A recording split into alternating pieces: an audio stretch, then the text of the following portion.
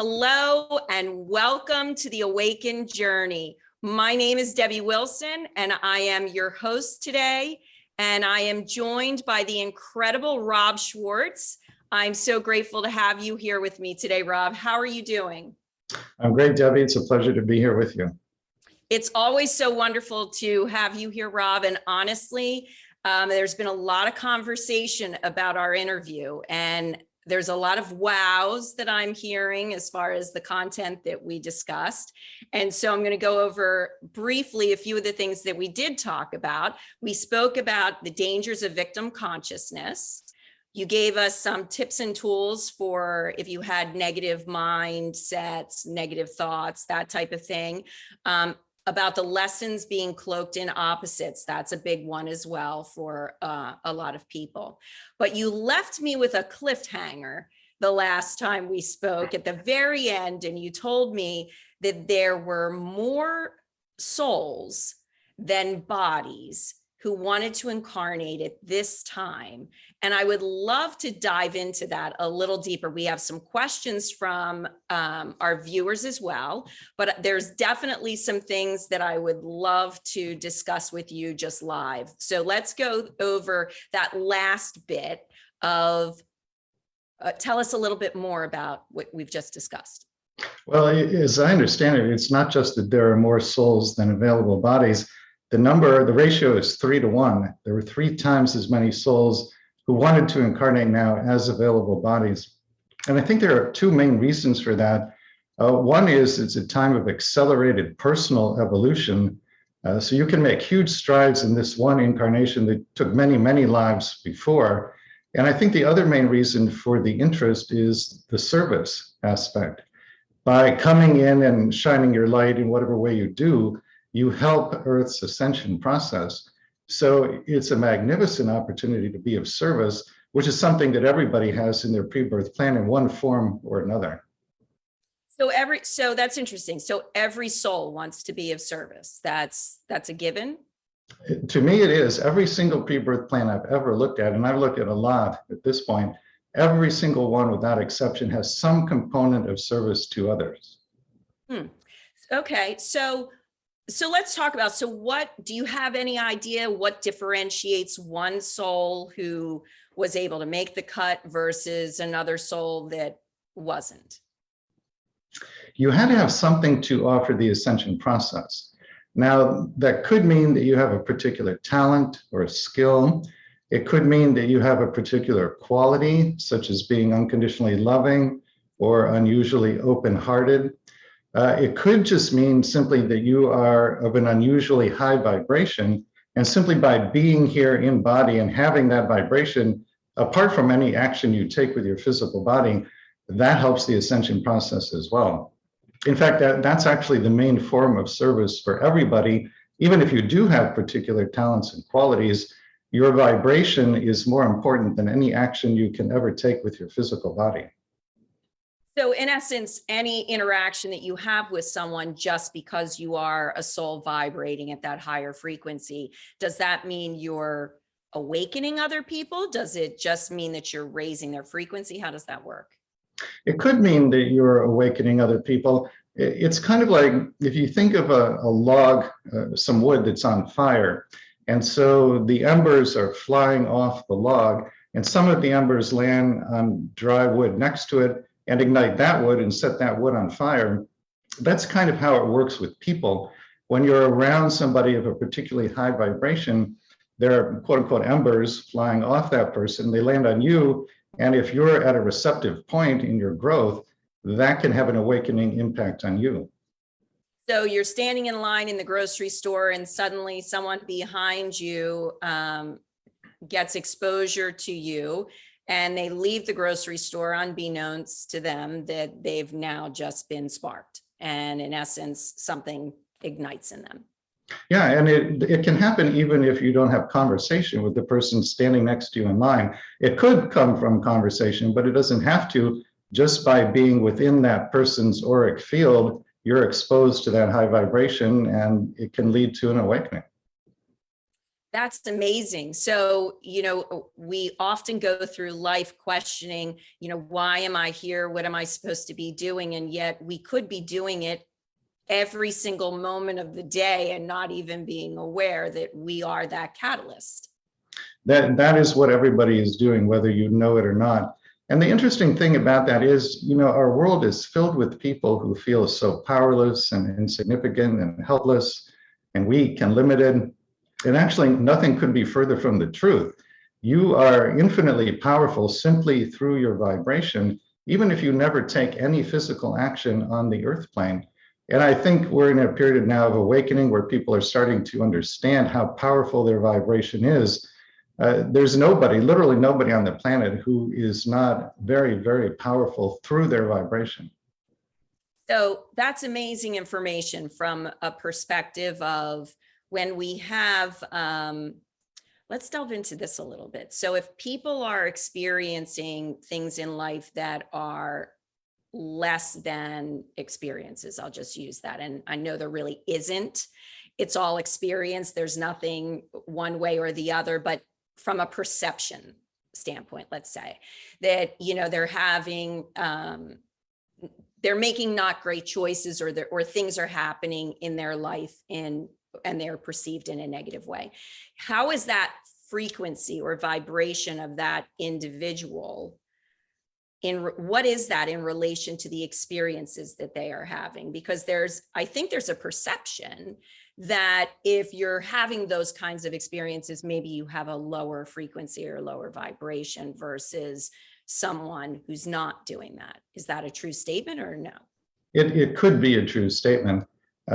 It could be that you're having a quote unquote negative experience because your vibration is low on a particular day. And this is how a lot of negative experiences happen. For example, somebody goes to the airport to get on an airplane and they go through the security checkpoint. 24 people in front of them are waved through, but then they're stopped and somebody goes through their luggage and they think, oh, why did this happen to me? That kind of thing happens when you're at an unusually low vibration at that particular point during that particular day. If you had been in a happy, joyful state, probably you would have been waved through and the person behind you gets stopped and has their luggage checked. But things happen also as a result of a pre-birth plan. So if you planned prior to birth for something to happen, and it's very, very important to your soul, that is almost certainly going to happen regardless of what your vibration is. And people complain about that and they say, oh, why me? But that's because they've forgotten the pre-birth plan. Before you were born, those were experiences that you actually wanted to have. So for someone who's looking, I'm sure that causes people a little bit of angst in there. Oh, wait a minute. So I chose this. And so this is that place of, okay, I'm not a victim in this. This is actually something that my soul wanted to experience. And no matter what that person could have done, I hear you saying, or not done, they were still going to experience that. It depends on what the experience is. Most experiences, when we talk about a pre-birth plan, are set up as potentials, possibilities, probabilities, sometimes probabilities so high as to be almost certain. But there are a few things that are actually set in stone. For example, your choice of parents. Once you're born, obviously, you can't change who your parents are. Or if you plan before birth, for example, to have a physical handicap that can't be treated by medical science in the time period in which you're incarnating, which is something you would know before coming into body, then short of what we call a miracle, you will have that physical handicap. It's a certainty. But most things are not planned as certainties like those examples. They're planned as possibilities or probabilities, and whether or not they actualize depend upon your free will decisions. So basically, the more loving decisions you make, you shift to a higher vibrational life plan. The higher vibrational life plans have a lot more joy and peace and love in them and a lot less suffering. To the extent that you make unloving decisions, you shift to lower vibrational plans. Those have a lot less love, joy, and peace in them and a lot more suffering. Either way, you're going to get where you plan to go, but one path is a lot easier than the other. Interesting. So I want to quickly take a brief moment and say hello. Hello to Eva and Elizabeth. Thank you both for letting us know that you're here from Denmark and France. That's fabulous. Everyone, let us know that you're here and watching. Rob and I would love to know that. And if you have any questions, please put them in the comments and I will see them and get back to you on them. So I do have 3 questions already. So I'm going to start with those. And the first one is from Eva. Hello, Eva again. I would love to hear a little more about the BLSR sessions. I'm struggling with resistance in my neck and shoulders, and I was very moved by what Rob Schwartz said about resistance being a no to life. Can a BLSR session help us recover from trauma? It can help with emotional trauma, and sometimes it also helps with physical trauma. It's not something that I can guarantee, but it does happen. Let me explain what a BLSR is. It's a form of hypnosis. It stands for Between Lives Soul Regression. This is the only form of hypnosis that I practice. What happens in a BLSR, we start with some preliminary steps to help you relax physically and mentally. And then I guide you into a past life. It's almost always a past life that had a big impact on the plan for the current lifetime. You experience several different scenes in the past life, the last of which is the death scene. The portion of your consciousness that is having the experience leaves the body in the death scene and crosses back over to the other side, which might sound a little bit ominous, but there's actually nothing to it. It's very easy and gentle. When you get back to the other side, most likely you're greeted by a spirit guide, but it could also be an angel or archangel, an ascended master, a deceased loved one. Whoever greets you, you talk to them about the past life, why it's important for you to know about that particular past life at this time, and how it affected the plan for the current lifetime. And then you ask whoever you're speaking with to take you to what is called the Council of Elders. These are the very wise, loving, and highly evolved beings who oversee reincarnation on Earth. They know literally everything about you, everything about the plan for the current lifetime and every past life you've ever had.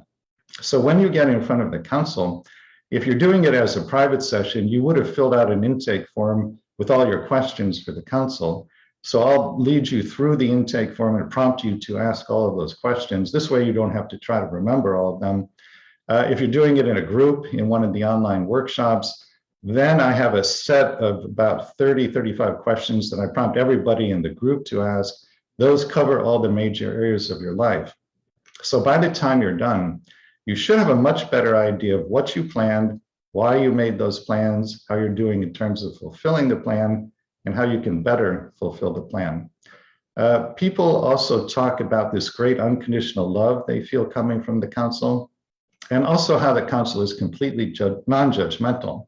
So they will say things like, I could tell that the council knew literally everything about me, including all the bad things I've done, and yet they loved me completely anyway. And, you know, for most people, that kind of unconditional love, it's our natural state when we're home on the other side. But for most people, this is their first experience of it since coming in the body. So it's like a homecoming of sorts. It reminds you of what life on the other side is really like. So for the person who's experienced trauma, they can have a conversation with the elders and get a sense of why they experienced what they did. And are you then saying that in essence, that unconditional love of that experience and the knowledge that they receive then helps to heal the trauma? So there are two primary ways in which you find healing for trauma in a BLSR. One is in the past life portion of the BLSR. There's a fancy clinical term called abreaction, which is just a way of stating that it describes a well-known phenomenon in which by going back to the past life origin of a current life issue, there is sometimes full or partial healing of the issue in the current lifetime. Nobody really understands how abreaction works, but it's a very well-documented phenomenon. So for the person who asked the question, if they go back to the past life that has the origin of the body trauma, the pain in this lifetime, there's a good possibility that abreaction will occur and there will be at least some healing of it. The other way in which you find healing for trauma is through the conversation with the Council of Elders. They will explain to you why you planned your biggest challenges. And when you see what the gift is in the challenge, that automatically reduces your resistance. And whenever you reduce your resistance, you also reduce your suffering.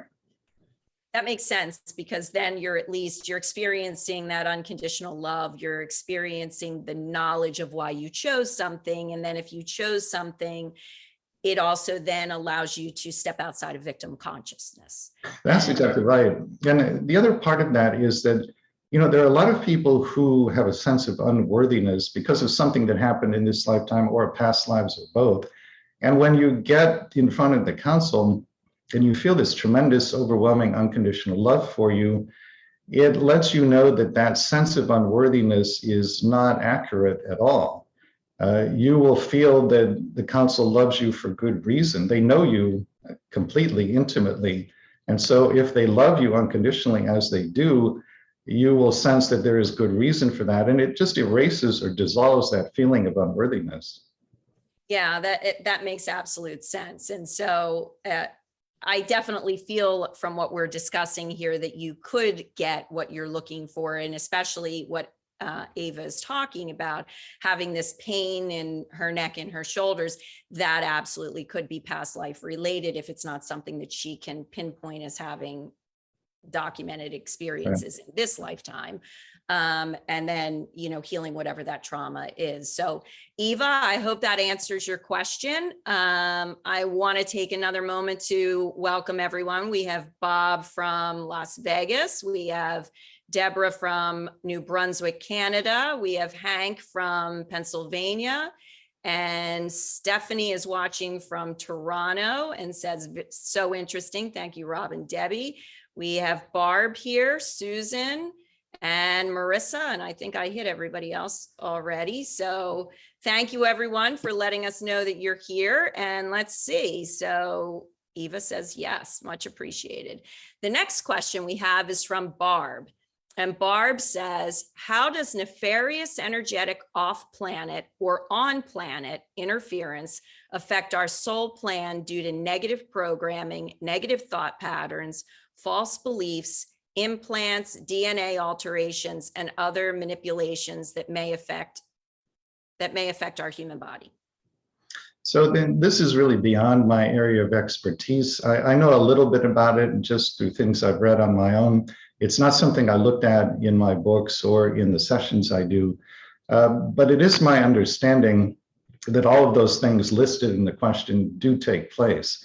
And you would know before coming into body that there is a risk of experiencing those things.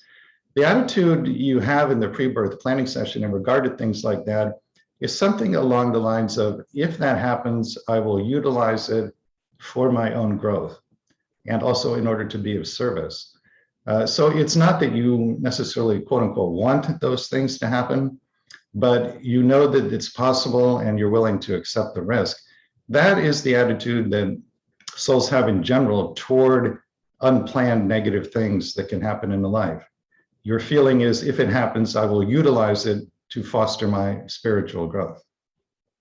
So let me ask you, this is my own question. So when we're in these pre-birth planning meetings, do we have like these grand plans for ourselves? And we have just like, this expectation of all of these wonderful things that we're going to do, and we're going to step up to every challenge that's been put before us, and we're going to rise to the greatest achievement. Do we have these lofty expectations for ourselves as souls? Well, you know that all of those things are possible, and that you might be able to attain them. You also know that you might not be able to attain them. And that really is the gist of where the spiritual growth occurs.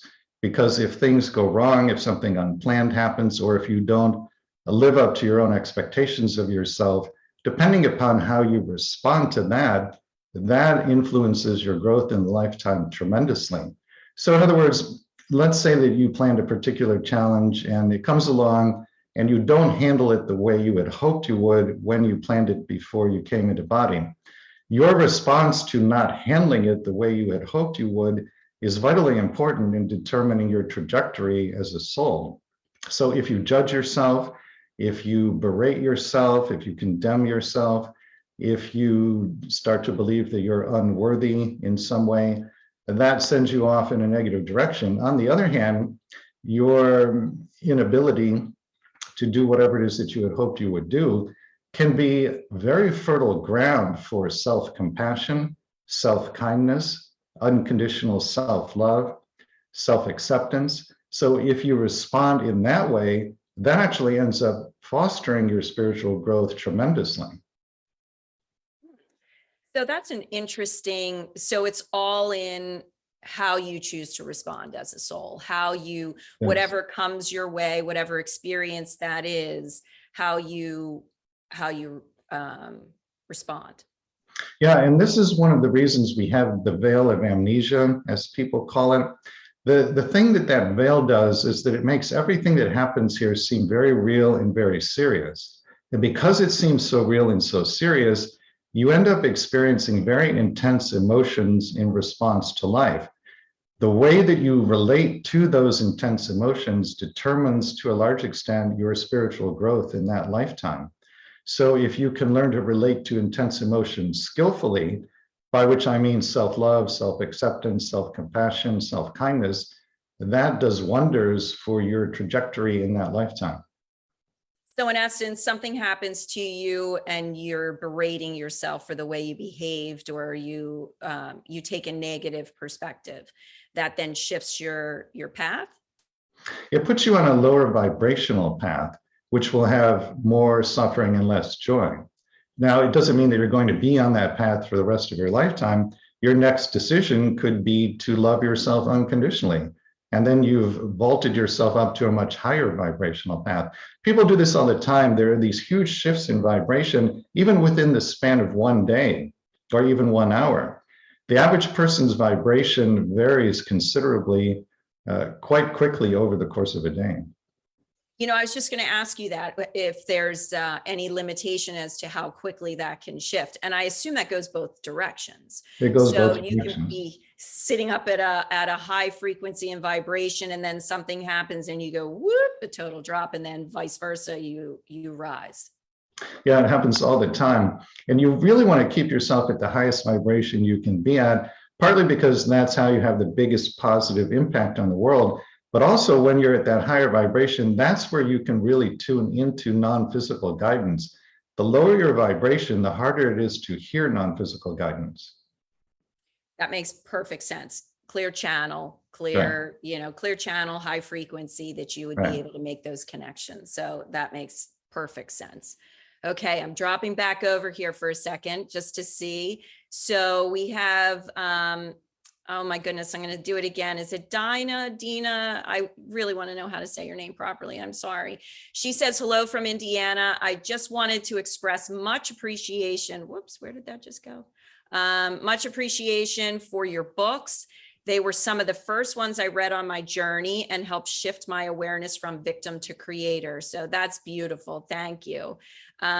We have Kristen from Oregon with us, Bissa from Minnesota, and Barb is, Barb is the one who just asked that, the last question before the one I mentioned, and she's saying mind control alters responses. Course correction is necessary as well. She added in there. So, okay, perfect. Now we have an additional question here. So Henry says, we understand that the soul's plan with their guides for the soul's highest and best good / soul growth. Can and do souls at times take on too much and experience greater or additional challenges in life, by doing so, causing a possible addition of karma based on their positive intentions before reincarnating? Yeah, it happens all the time, as I understand it, that souls take on too much in the pre-birth planning, and then they're not able to handle all of it when they get here. If that happens, your soul has no judgment of you whatsoever. The soul would have a sense of incompletion and would want to continue in the next lifetime, but there's no judgment of that whatsoever. Okay, so that's kind of the concept of, I'm picking up a lot of buckets and I'm taking a lot of buckets along with me, but then how also does that work if I've picked up 10 buckets and I'm only maybe hitting on 5? What happens with the other 5 buckets? The soul is a master of making lemonade out of lemons. So even if you drop all 10 buckets, then your soul and your guides are going to start working overtime, and they're going to come up with another plan. How can we salvage this? How can we turn it around? As long as you are hearing your guidance, you'll hear that plan to turn things around, and you should be able to do it. But the key is to be at a high enough vibration to hear the guidance. So I was going to just ask you about that. So let's talk about hearing your guidance and how it is that one can actually ensure that they are doing that. So we have to raise our frequency and our vibration. Suggestions? Well, the main way to do that, and it's quite simple, but not always quite easy, is to, whenever you have a decision to make, ask the following question. Ask, what would love do now? Love with a capital L. Whatever the answer to that question is, if you do that, that will keep your vibration as high as it can be. But the other thing about guidance that's important to understand, what is guidance? People think it means hearing your spirit guides speak to you in your mind. And if you're not hearing a voice, you're not hearing your guidance. It could be a voice you hear in your mind, but for most people, that is not the form it takes. It takes the form of things like excitement, enthusiasm, joy. Those are communications direct from your non-physical team saying, yes, this is the way for you. So if you're just looking for a voice in your head, you might miss that if you don't know to look for it. You know, I love that, Rob, because, you know, first of all, I love the love part. What would love do with a capital L? That's a phenomenal tidbit again from you, always dropping amazing tidbits. So that's fabulous. And then I don't know that a lot of people would have thought about it the way you just said that. When you think about guidance, yes, we're all, so many of us in the spiritual realm, we're thinking of, okay, that's that.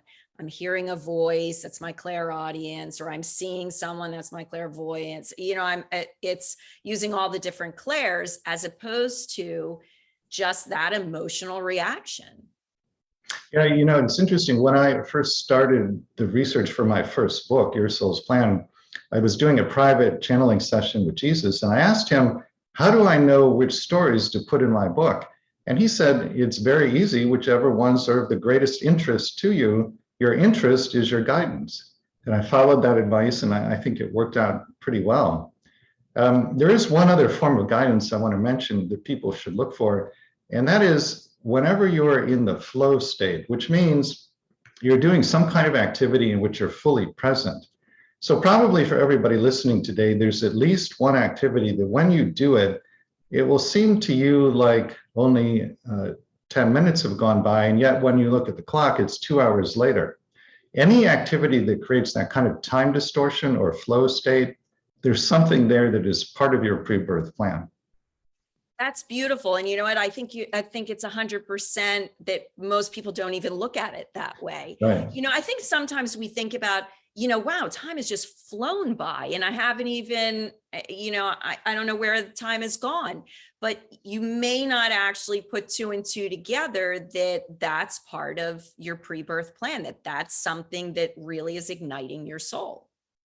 Yeah, if you just look for time distortion and feelings of excitement, enthusiasm, and joy, that will keep you on the path you planned before you were born.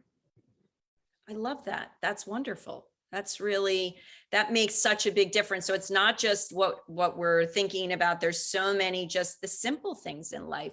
What really brings you joy? What really ignites your soul? What really sets you on fire as this is something that I really enjoy doing? And so whether it's the person who's out riding horses, because that's the thing that just, oh my goodness, when I'm with a horse, I just feel just so phenomenal. Or the person who's doing yoga and it's just making them feel like they are totally aligned, that is something much deeper in their planning process. That is, would you say that's also part of what's meant to raise them up? I would. I think if you follow your interest and your excitement, that's going to naturally increase your vibration. And it's naturally going to bring you more happiness, love, and joy.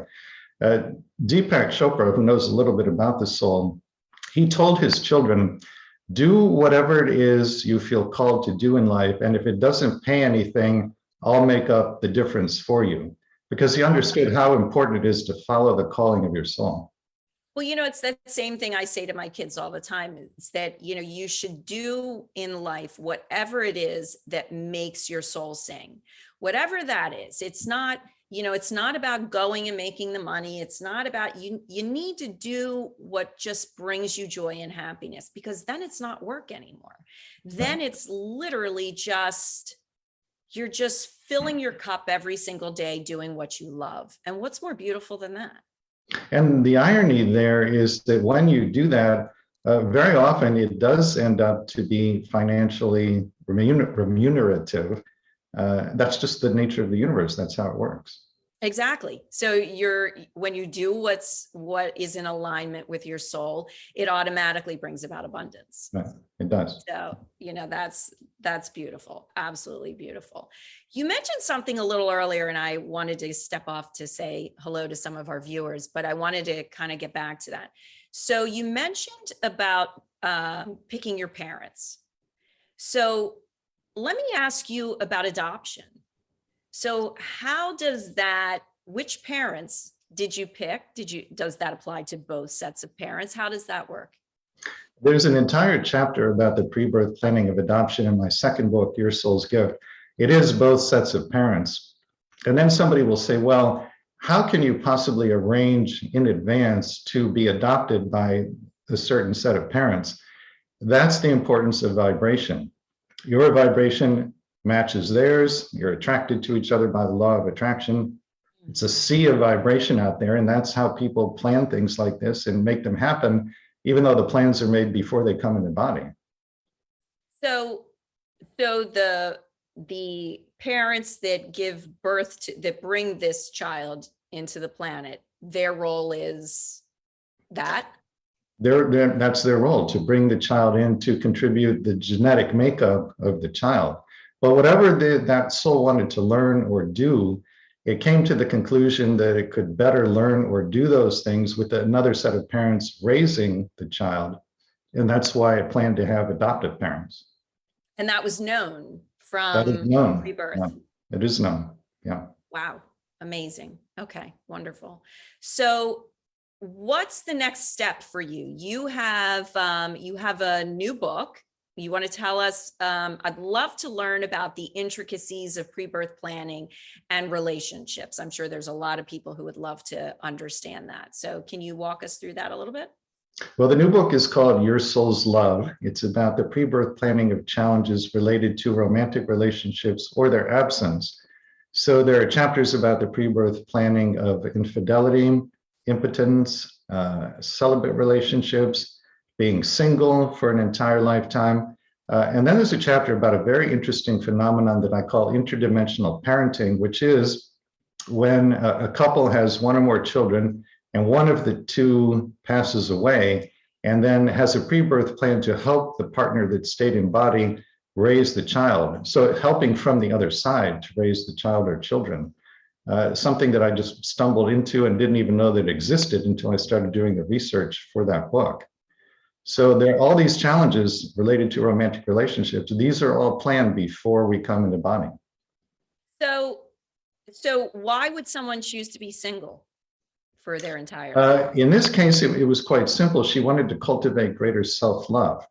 So from a pre-birth planning perspective, she viewed being single for a lifetime as providing both the opportunity and the motivation to cultivate greater self-love. And she's been quite successful with that too. And presumably would not have been as successful doing that if she had been in relationship. Okay. And the person then who has infidelity, what comes from that? In that case, it was largely a lesson in forgiveness.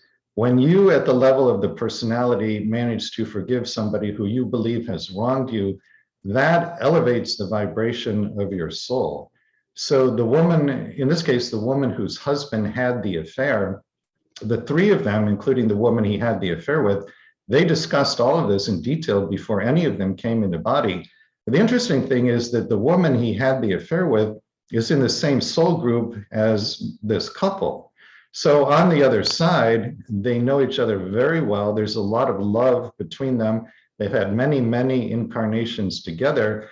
But when they come back behind the veil and there's that amnesia, then the woman who was the mistress, she appears to be the enemy at the level of the personality.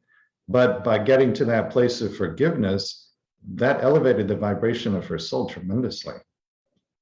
So how many people, I mean, actually are able to cultivate that level of forgiveness in those times? I mean, I can think of a lot of experiences where, someone passes away at the hand of another person, and the practicing of forgiveness of that individual, relationship forgiveness, when there's infidelity and things of that nature. How does that person get to that place? Well, there are two individuals who have developed actual methodologies to get yourself to a place of forgiveness. One is an Englishman who passed away a couple of years ago, Colin Tipping, Tipping. He wrote Radical Forgiveness, Radical Self-Forgiveness. It's a fantastic system. And then there's another individual, Fred Luskin, Luskin. He was until recently the director of the Forgiveness Institute at Stanford. I think he retired recently, but he wrote a fantastic book called Forgive for Good. Either one of those systems will do wonders to help you forgive whoever it is you would like to forgive. It probably would be redundant and confusing to try to do both systems at the same time, but you could read up on them, choose the one that most resonates with you. I think there's an advantage to Colin Tipping's system in that he trained a lot of people to be what he calls radical forgiveness counselors. So if you're working his system, you get stuck, you need a little help, you can go to the website, pick a radical forgiveness counselor to work with and get that support. I don't think the Luskin system has anything like that, but you really can't go wrong with either system. Yeah, that sounds like a really great tool, because I would venture to guess that that's a challenging one to overcome for a lot of people. There are a lot of people who planned before birth to work specifically on forgiveness, and those people asked at least one other person to quote unquote wrong them. But for literally everybody else on the planet, in my opinion, given where human evolution is at this point in linear time, you really cannot get through an incarnation on Earth without having many, many opportunities for forgiveness. So even if it wasn't a lesson you plan to focus on, I think it makes sense to have a go-to forgiveness methodology. And either one of those is very good. Of course, the miracles is also great as well. Mm-hmm. I was just going to say, I can't imagine that there's any of us who haven't gone through some form of something where we need to practice a really good forgiveness practice. We have to incorporate a forgiveness practice. What about, so one of the things that we've been talking about in a couple of the lives already, and possibly in some of the other actual retreat videos, are inner child woundings. So like core woundings in that way. How does someone overcome those? This is also not my area of expertise, but I know a little bit about it. The inner child, as I understand it, is a living energy. It exists within everybody. And if the inner child has been wounded in any way, which is the average state, I mean, for the average person, the inner child is at least somewhat wounded. Healing is needed, and healing can take place. The way it takes place is by entering into dialogue with your inner child. The average person doesn't dialogue at all with their inner child. But if you can start to do that, and the way you do that is by visualizing an inner child in your mind, talk with them, listen and look for bodily sensations that arise. Often your body will speak for the inner child. Somebody who has done a lot of work in this area, and I really like her work, is a woman named Margaret Paul. She developed something called inner bonding, which is a reference to bonding with your inner child. That would be the resource I would go to for that. Yeah, I'm familiar with her. I think I actually receive her emails. So yes, I will share that with anyone if anyone's looking for that information as well. Back to our comments here. Let's see. Hank says, excellent add-on questions. Thanks for the support. Lainey, love from Southwest Missouri. And Hank is saying, oi, I don't know where that fits in from 4 minutes ago, maybe something that we said as far as the relationship things. And Dinah says, oh, so excited to check out the new book. So that's very exciting because Rob's books are incredible. I know I've said in the video how much I love your books and the difference that they've made in my life. And in Amuna's interview, we talked about books that impacted our lives, and hers was Conversations with God, and mine was Your Soul's Plan. And so I know there are other people who have gone out and purchased your book already just off of those conversations. So much gratitude to you, Rob, for doing this work, because there's we don't know what we don't know until we know it. And so it's amazing when you actually read this information and you can really parlay it into your own life. So it makes a huge difference. It really does. And I think that's something that we all need recognition of in our lives, that there are these pieces of taking responsibility for, okay, well, this is something I wanted to learn, or you're not the bad guy. You're just playing the part that I asked you to play, even though it is so painful. I realize you're doing it because you love me. And I think that's the piece that, I would love for people who haven't seen your video yet. I know there are people probably on here right now who haven't had a chance to watch it yet, but can you go into that a little bit about the soul families and the part that they play in our experience? Yeah, everybody is a member of a soul group, which is a collection of souls that are more or less the same evolutionary stage, which is another way of saying more or less the same vibration. My understanding is a soul group is between 25 and 75 different souls. You and the other members of your soul group have many, many incarnations together in which you play every conceivable role for each other.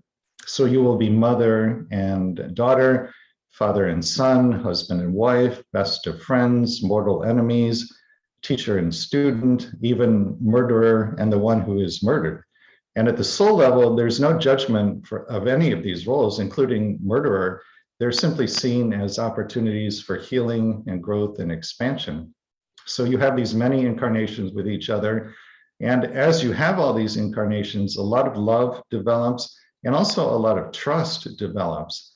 And then when you're planning another lifetime and you need somebody to be the quote unquote bad guy who's going to wrong you in some way, the great irony here is that you choose somebody who's in your soul group, who you know very well, who you love deeply, who you trust deeply. And if you think about it, that makes sense, because if you're going to have somebody wrong you, you want somebody that you can trust to play the role just the way you want it to be played. And that's going to be another member of your soul group who you've had a lot of previous lifetimes with.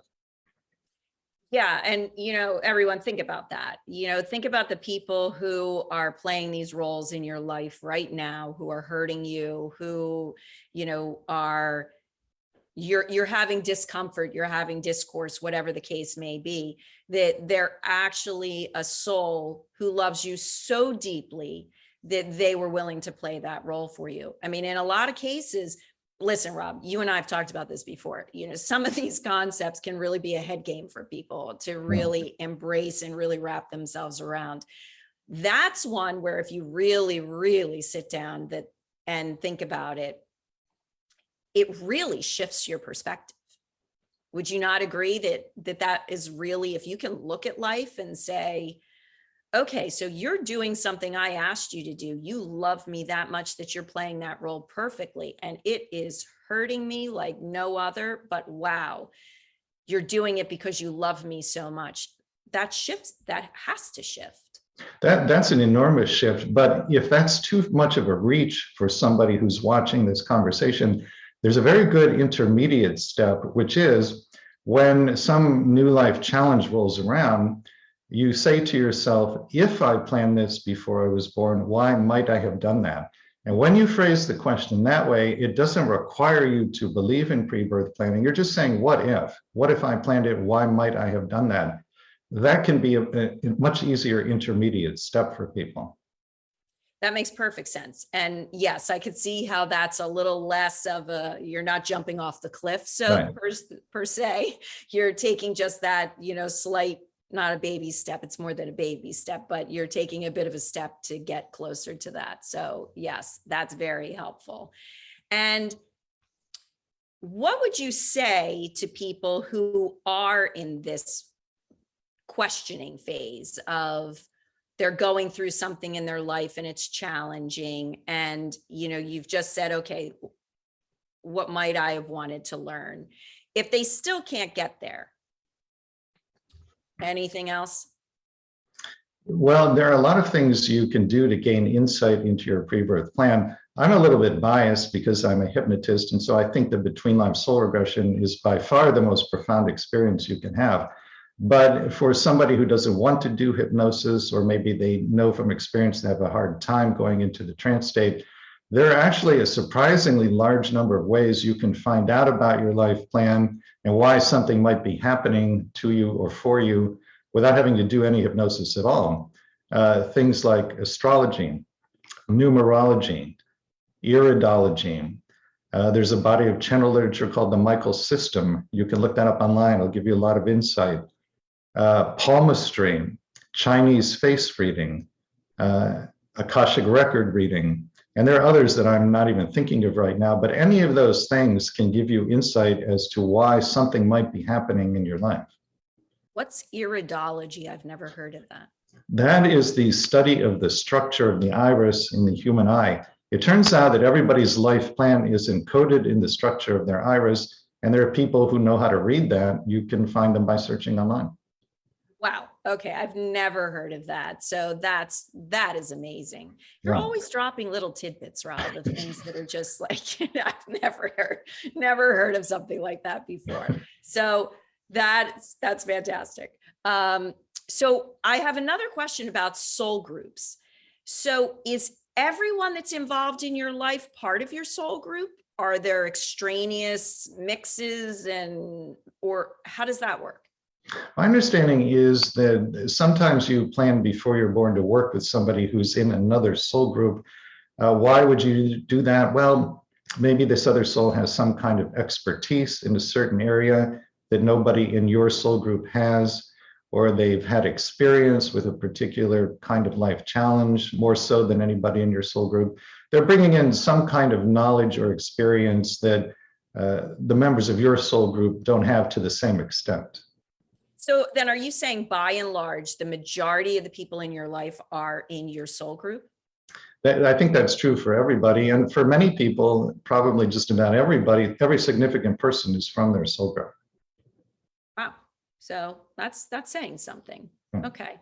So it doesn't look like we have any more questions in the group. So if you have any, now's your time. But so Rob, tell us what you have going on.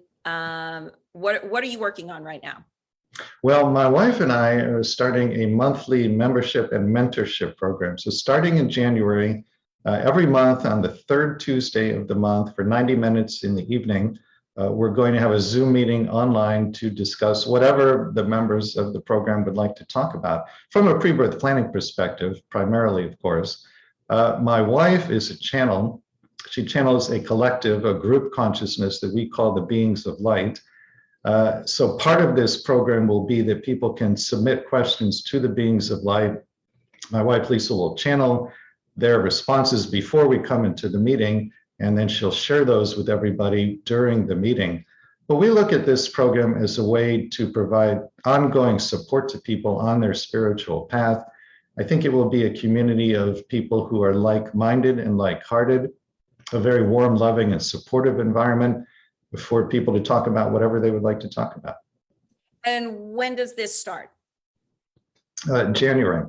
Okay, so in January, Third Tuesday of January. Okay. Yeah. Okay, you might have said that. I must have. So, all right, wonderful. And then you also have your ongoing. So people can schedule BLSR readings with you, but that, of course, you want to fill everyone in on what your schedule's looking like right now.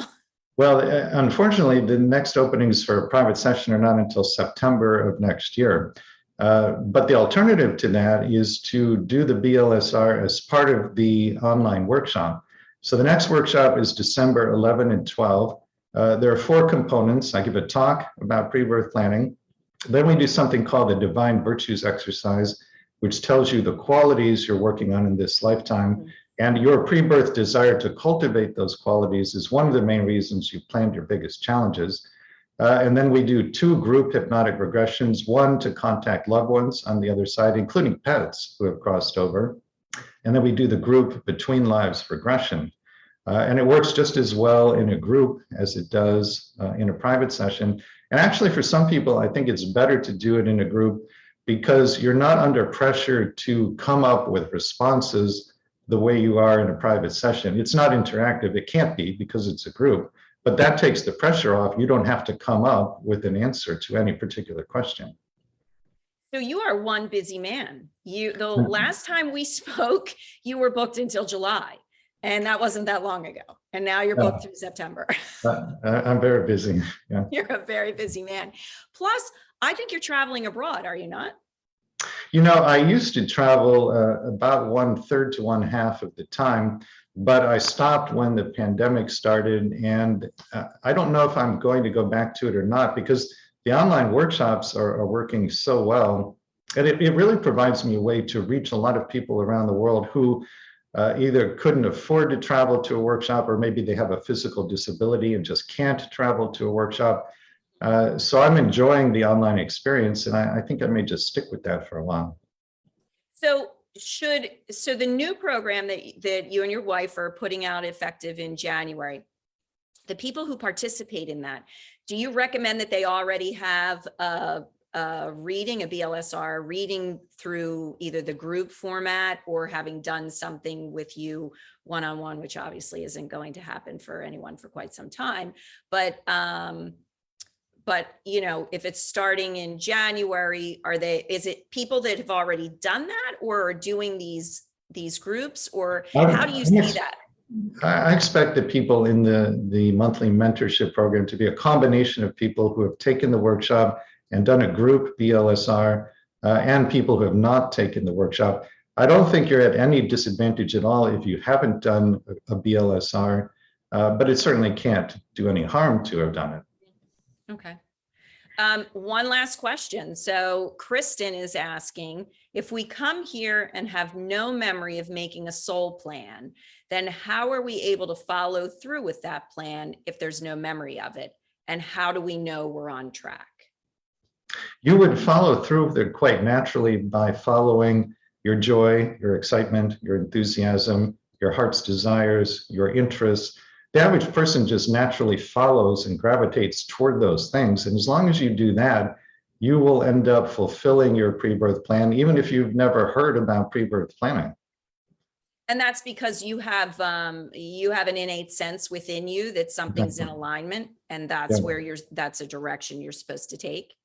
Yeah, I personally believe that your heart's desires are placed there by God or source, or whatever term you would like to use.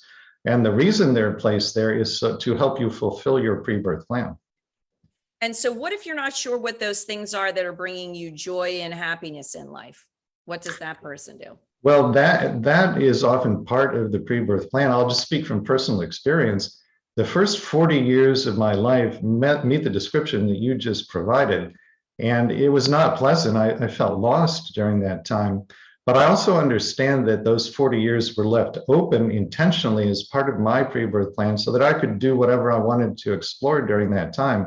And then at age 40, which has a lot of numerologic significance, that was when the spiritual awakening occurred and desires to do the work I'm doing now kicked in. And I think that was all part of the plan. So it's basically that there's something's going to awaken in you at some point that you can align with, and you know, this is my thing, this is what I'm supposed to do, this is my path, and you then follow that regardless of when that is.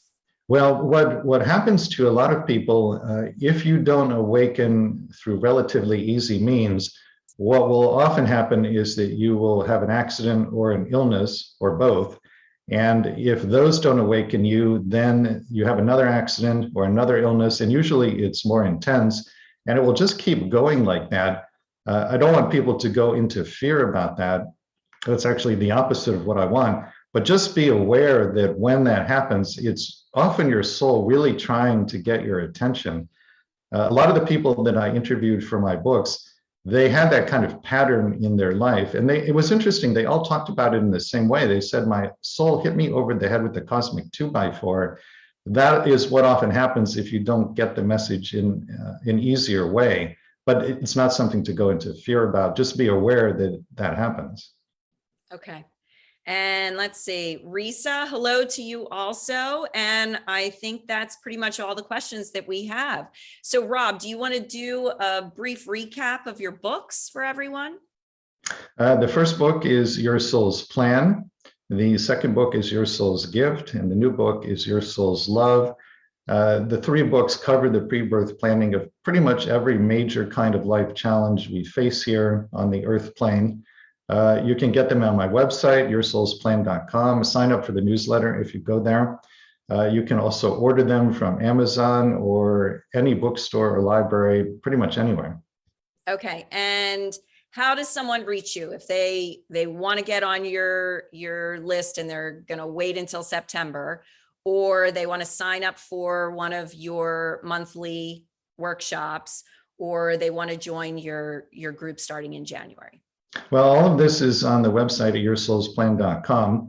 Go to the events page to find out about the online workshops. Go to the sessions page to find out about private sessions. And I don't think we actually have the page for the mentorship program up just yet, but it will be very soon. And that will be in the main menu, of course. Okay, wonderful. Well, do you have, I did this to you the last time and you left me with this unbelievable aha moment. So I'm going to ask you again, any last tidbits, anything you want to share that you think the group would like to hear? Well, the one message I would like people to really get is how much courage it takes to plan a life on Earth, and even more courage actually to execute the pre-birth plan once you get here. And as I understand it, when you've had an incarnation on Earth, it becomes part of what is called your energy signature, which is a combination of your unique color and your unique sound. This is how other beings identify you in the non-physical. Names are not important the way they are here. So when this lifetime is over, as you're traveling around the universe doing whatever it is you choose to do, other beings will see in your energy signature that you were on Earth. And the reaction, as I understand it, is something along the lines of, you went to Earth? Oh. And they're tremendously impressed because they know how much courage it takes to incarnate here. So I share this with people as a way of saying, be impressed with your own courage. The fact that you're in a body on planet Earth automatically places you among the most courageous beings in the universe. You know, and that's an absolutely wonderful, gorgeous thing to leave with, because everyone needs to know just how special and phenomenal that they are. And no matter what you're going through in your life, you are an incredible being and you are deserving of so much love and respect and kudos for everything that you're doing in your life. And don't ever minimize yourself. Don't ever think less of yourself, because you are an incredible, incredible soul. And that's the most important takeaway from all of it.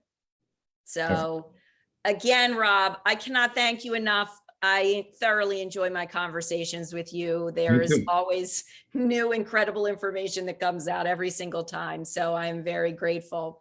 So thank you to you, Rob Schwartz, again, and thank you everyone who took the time to be with us live, and to everyone who's going to watch this on replay. You are so loved. We are so grateful that you are here. And as always, much love and many blessings from me. And Rob, quickly from you.